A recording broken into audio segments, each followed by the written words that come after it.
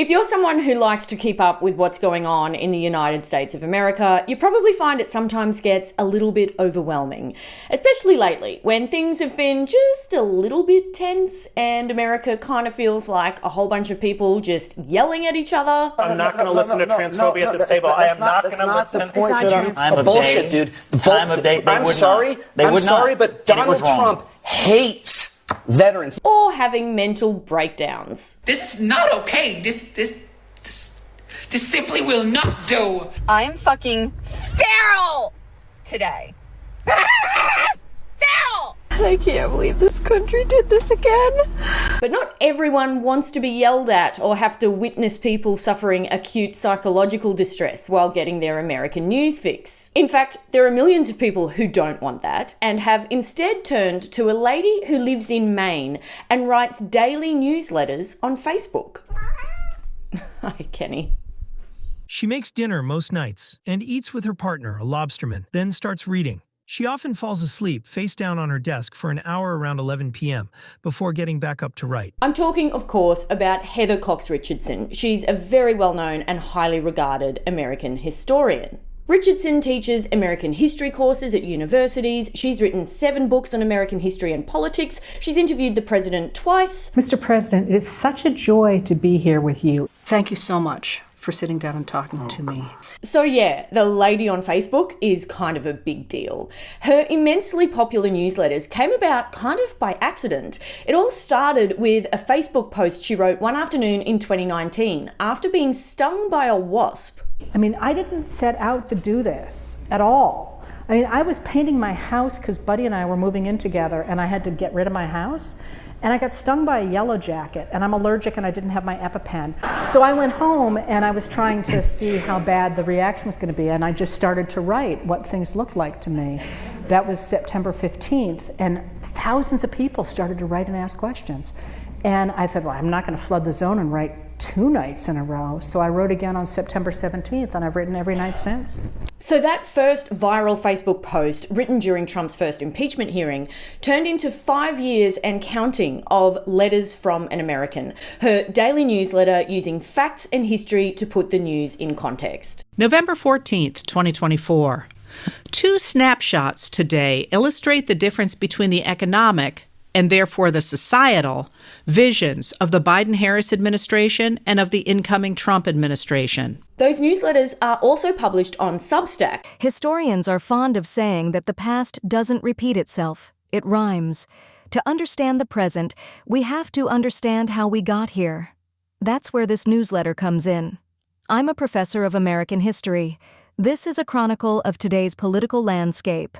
But because you can't get a grip on today's politics without an outline of America's Constitution and laws and the economy and social customs, this newsletter explores what it means and what it has meant to be an American. They've made her the platform's most successful individual author of a paid publication. The newsletters themselves are free, but subscribers can pay a monthly fee to participate in her comment section and get some subscriber-only content. One recent estimate suggests that's bringing her in a minimum of $5 million a year.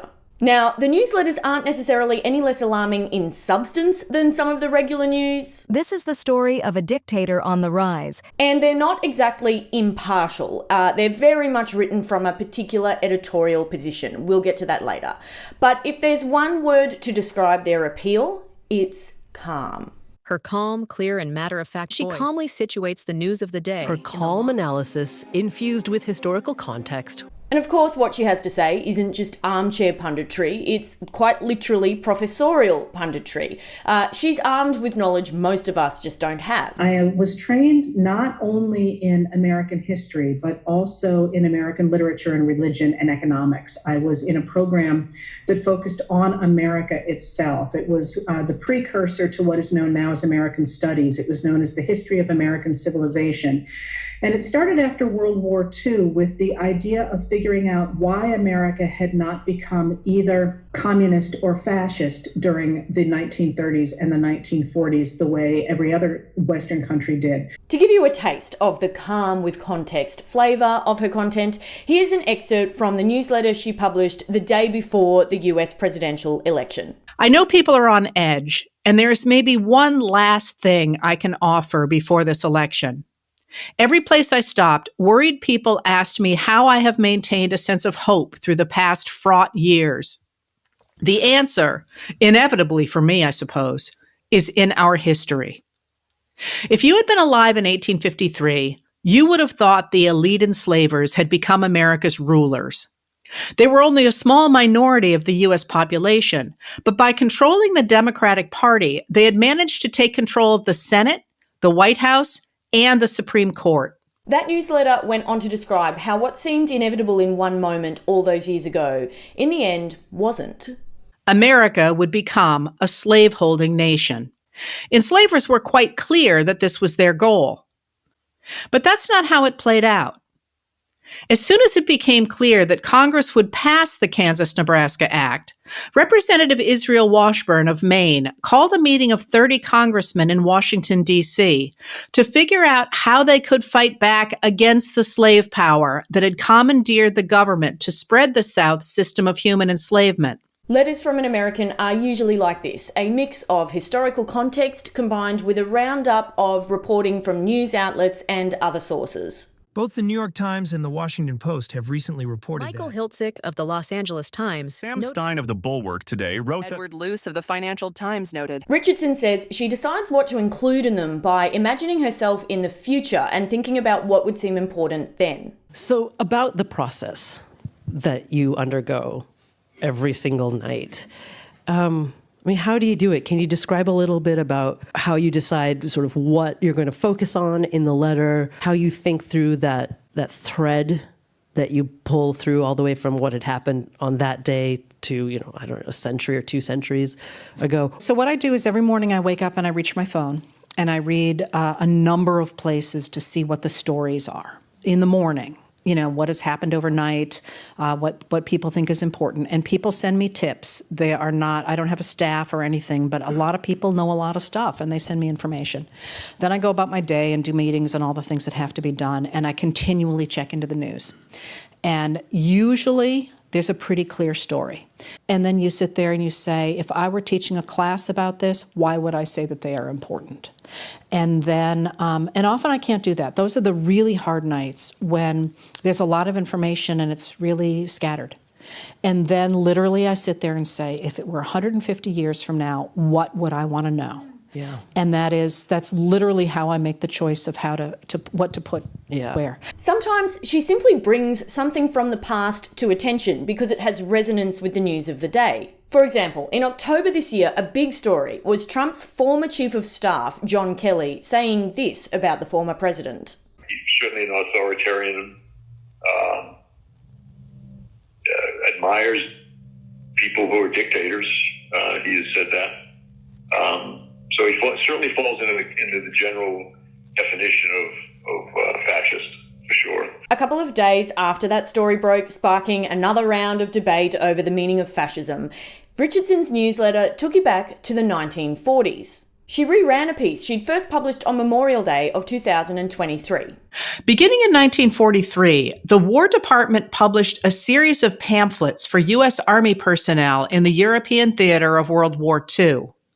Titled Army Talks, the series was designed to help the personnel become better informed men and women, and therefore better soldiers. On March 24th, 1945, the topic for the week was fascism. And because she very helpfully provides links to everything she references where possible, if you were interested, you could look up the very pamphlet she was talking about for yourself. Here it is. You are away from home, separated from your families, no longer at a civilian job or at school, and many of you are risking your very lives, the pamphlet explained, because of a thing called fascism. Fascism is not the easiest thing to identify and analyze, it said, nor, once in power, is it easy to destroy. It is important for our future and that of the world that as many of us as possible understand the causes and practices of fascism in order to combat it. Fascism, the U.S. government document explained, is government by the few and for the few. The objective is seizure and control of the economic, political, social, and cultural life of the state. The people run democratic governments, but fascist governments run the people. Other days, her newsletter provides not just historical context, but global context, as when she touched on how the Taliban in Afghanistan had responded to Trump's election win. Taliban leaders expressed optimism that Trump's election would enable a new chapter in the history of U.S.-Taliban relations. They noted that it was Trump who suggested a new international order when he inked the February 29, 2020 Doha Agreement between the U.S. and the Taliban.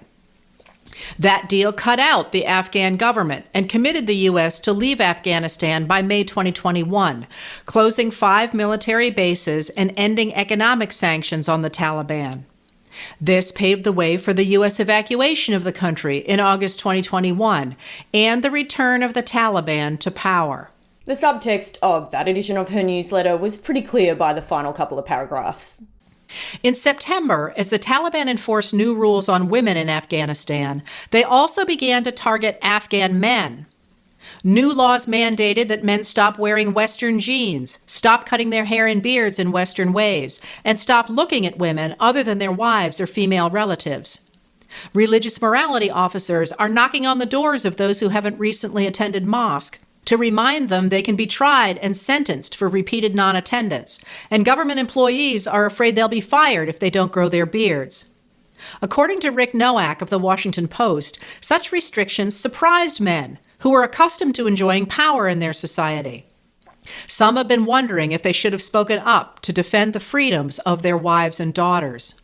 Richardson seems to see her role more as an accessory to the mainstream media than as a replacement for it. She's at pains to remind people that for all its flaws, the mainstream media still does really good work, and that where it's lacking tends to be in context and explanation. How do you want the media to cover Trump over the next 4 years? Have we learned anything in the way that we cover it? What's been your frustration with the way that the media's covered Trump? Worth pointing out that there is now a new media that stands apart from the legacy media. And I think that's important because we have a lot of fabulous people, and we have fabulous people in the legacy media as well. Right. I think what I have found most frustrating about the coverage by legacy media is that there is no larger context of why you're supposed to care about anything. Right. I mean, I don't know about you. I have to look up what the G7 and the G20 are every freaking time. Right. And that idea that somehow it's all just play-by-play basketball is, I think, has contributed to people's lack of understanding of what is really at stake. Right. So, I would love to see people talk, the way the people like me do about here's why this particular action really matters. Yes. But you just don't see that. Why do you think someone like you is doing that work rather than the majority of the media is not? One of the things that really jumps out to me, and we have very good journalists in this country, a number of very good journalists in this country, and it's a very hard job. What I do is really not a hard job because the news is there for me. I need to make sense of it, but I don't have to find it. But I do think there is an issue with the depth of training. So if you think of the great old journalists, Murrow, for example, or Cronkite, their knowledge of other countries, their knowledge was just so freaking deep that when they were live on camera and, somebody would get assassinated, they would say, well, we have seen this coming since 47 years ago when, they tripped coming out of the elevator and knocked that guy into the dessert tray. And you're like, really? And we just don't have that now simply because people don't have that extraordinarily broad education and also the time to spend doing nothing but learning about the different pieces of the world. And I do think Letters from an American are helping to provide some of that broader education, that context, that history and explanation for people who are trying to make sense of the news. But she's not without her critics, and there's one observation in particular that I think is worth examining because I think there's something to it. Most of her daily writings can be summarized as falling into two categories. Here's what the Republicans are doing today and why it's bad, or here's what the Democrats are doing today and why it's good. Sometimes it's a blend of the two. Now, if you've read a lot of Letters from an American, I think it's pretty hard to disagree with that description. And I think it comes down to her perspective. Now, Richardson says her perspective is primarily historical rather than political. Someone from the audience wanted to know that they'd heard you were a Republican. Is that true? And if so, when and how did you shift? So I love this. My answer to that is, and I am not being flippant, is that I am a historian. So today's modern politics doesn't mean, I won't say it doesn't mean a lot to me. It doesn't mean a lot to me personally, because my frame is just so much longer term than the present. So I don't identify with a political party in this moment. But I love the fact that I am accused of being both a shill for the Republicans and a shill for the Democrats, which says to me I'm probably doing something right. That may be so, but I'd say there's a reason why she's such a favourite of progressives. Not since Edward P. Morgan captivated the liberal elite with his nightly 15-minute broadcasts in the 1960s has one pundit been so important to so many progressive Americans at once. She's said she calls herself a Lincoln Republican, meaning she identifies with the Republican Party of Abraham Lincoln's making in 1860 rather than the Republican Party of today, which she's made clear she does not approve of. The idea that we have ceded patriotism to a group of radical extremists because today's Republicans are not within the American mainstream. They are not. They're radical extremists is appalling to me. I mean, to be an American patriot means believing in a country that defends equality before the law, which is something noble. And I feel like it's time for us to take that back. And anyone who's followed her for a while will know it's very clear she's no fan of Donald Trump. That was laid pretty bare with that very first Facebook post which kicked off the series of newsletters. So how about a general overview of how things at the White House look to me today? Trump is falling apart. His mental decline is obvious at this point to anyone except the followers who now amount to a cult. Making America great has never been about hatred or destruction or the aggregation of wealth at the very top. It has always been about building good lives for everyone on the principle of self-determination. While we have never been perfect, our democracy is a far better option than the autocratic oligarchy Trump is imposing on us. Make no mistake, the 2020 election is our last chance to save American democracy. As it turned out, it was their second last chance to save American democracy. Now, I think it's pretty understandable that an historian with a love for traditions of American democracy might not be a big fan of somebody like Trump and some of his actions. She certainly sees him as such a threat to the institution of American democracy that in recent years she has very much aligned herself with the Democratic Party and its efforts to stop Trump from regaining power. So in part I'm saying don't try and put me in a box. Although, of course, in this election, because the Democrats stand for the continuation of American democracy, as I said the other night, I'm for any Democrat who can fog a mirror, and I'm even not that concerned about that last piece. So I just think you should know that her content does come very much through that lens of saving American democracy from Trump and the rising threat of authoritarianism and fascism. Now, I'm not knocking that lens. I'm just saying that is the lens. And it means that there are things that her newsletters don't include that other people maybe would include. I thought a case study might help illustrate this point. So, out of curiosity, I thought I'd revisit one of the Biden administration's most criticised moments, the 2021 withdrawal of US troops from Afghanistan, which you may recall was kind of a clusterfuck. Now, Joe Biden had been warned that it would be a clusterfuck, and there were a lot of people worried that we would be seeing a sort of repeat of the US's evacuation from Saigon at the end of the Vietnam War. But Biden insisted it was going to be fine. In fact, in July of that year, he came out and said, "There's going to be no circumstance where you see people being lifted off the roof of an embassy of the United States from Afghanistan." He also said, "But the likelihood there's going to be the Taliban overrunning everything and owning the whole country is highly unlikely. Oh no, Joe. Just to recap, in a matter of weeks, the 300,000 person Afghan army basically immediately folded, the Taliban took over the presidential palace, Kabul airport was bombed, and there were chaotic mass evacuations, not from the roof of the US embassy, but from right beside it. Seems like a pretty big miss. And it was one he copped a lot of heat from media outlets right across the political spectrum and even from some of his own allies. But I went back through every one of the letters from an American from July and August of 2021, right in the thick of the withdrawal.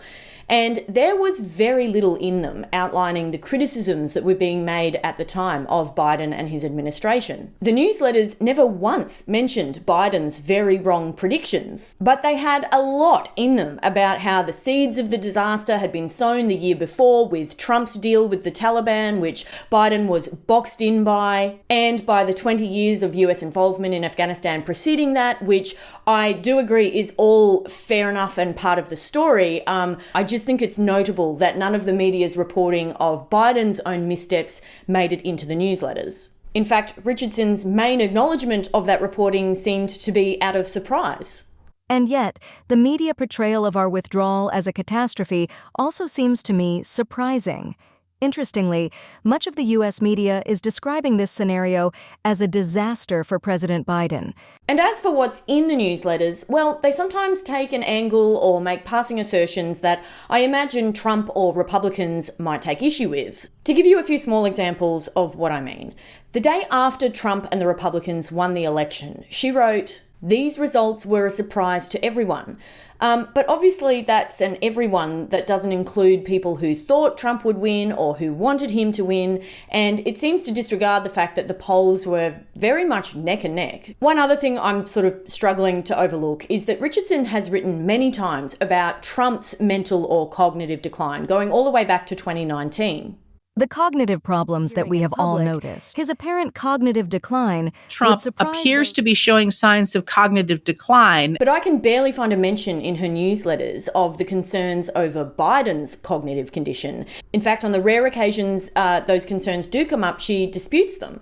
And after the first presidential debate, when Biden's age-related cognitive difficulties became impossible for most people to ignore, she seemed surprised by the public reaction. Tonight was the first debate between President Joe Biden and presumptive Republican presidential nominee Donald Trump. And by far, the most striking thing about the debate was the overwhelming focus among pundits immediately afterward about Biden's appearance and soft, hoarse voice as he rattled off statistics and events. I mean, I don't think the focus was on his soft, hoarse voice. I think it was bigger than that. And I don't think I'd agree with this summary of his performance. Biden needed to demonstrate that his mental capacity is strong in order to push back on the Republicans' insistence that he is incapable of being president. That he did, thoroughly. Biden began with a weak start, but hit his stride as the evening wore on.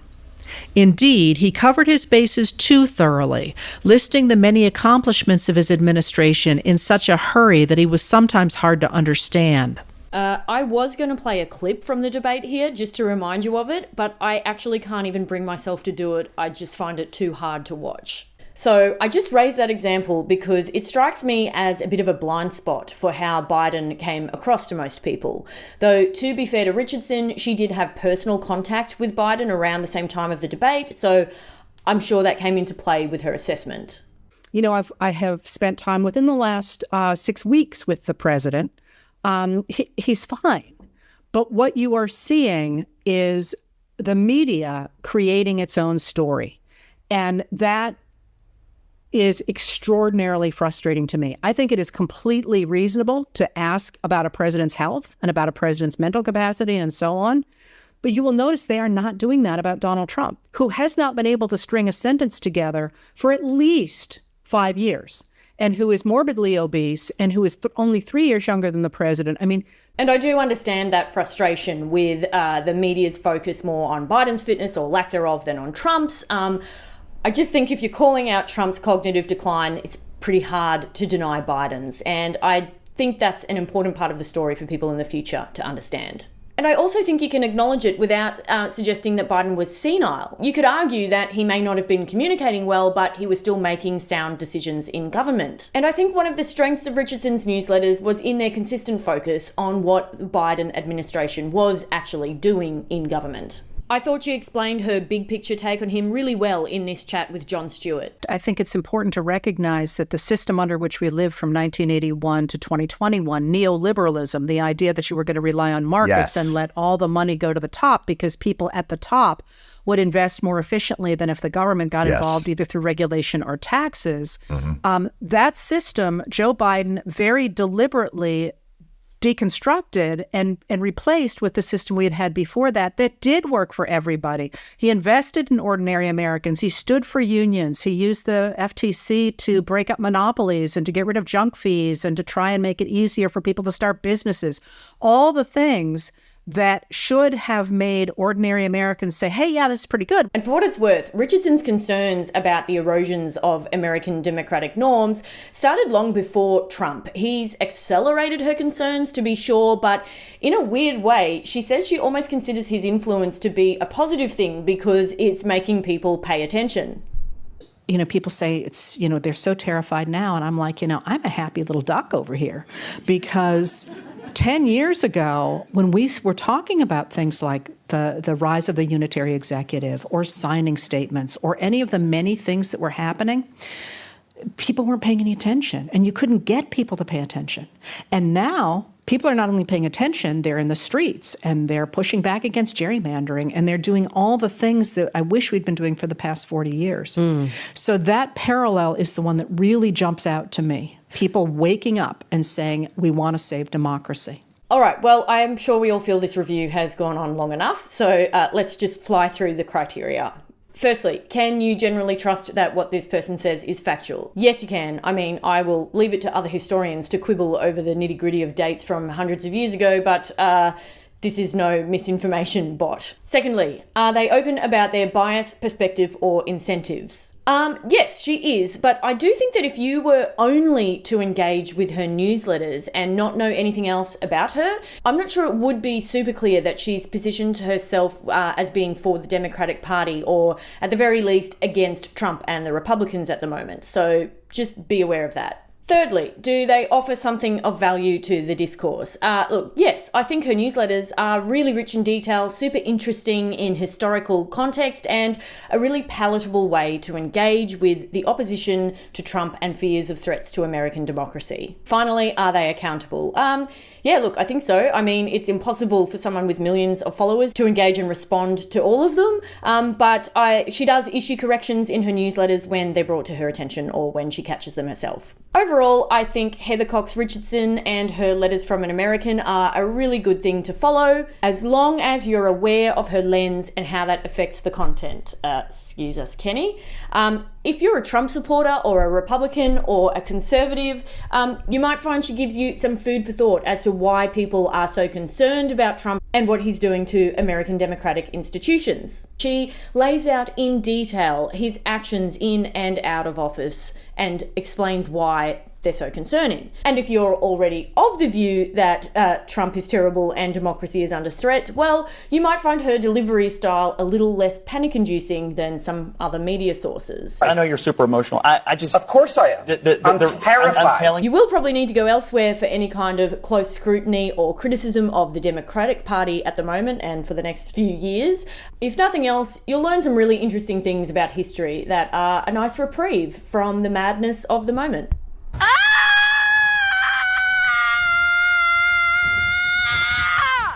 Letters from an American are published on Heather Cox Richardson's Facebook page, at her Substack, and since the start of this year, put out as a podcast. She also hosts weekly live video politics chats, which are interactive with people on her Facebook page. Now, I haven't dived as deeply into those as I have her newsletters, but from what I have seen of them, I think the same assessment applies. That's all from me and Kenny for now. Let me know what you think of this review in the comments and leave any suggestions for people you'd like to see me review next, or you can always email me at theinternet@gmail.com. Thanks a lot.